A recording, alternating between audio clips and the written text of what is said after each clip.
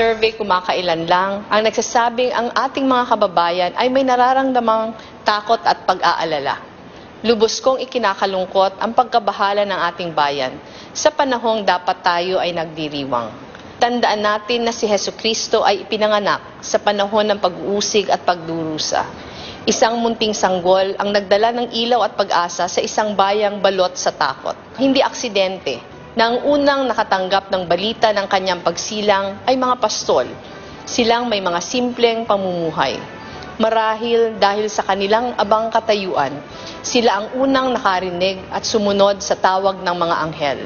Ang mensaheng natanggap ng mga pastol ay mensahe para sa ating lahat.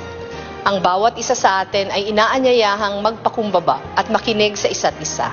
Maghatid ng pag-asa sa halip na paghinaan ng loob. Magbigay ng pagmamahal, hindi galit at puot. Magdala ng pagkakaisa, hindi palalimin ang pagkakaiba-iba. Isang mapagpalang Pasko sa ating lahat.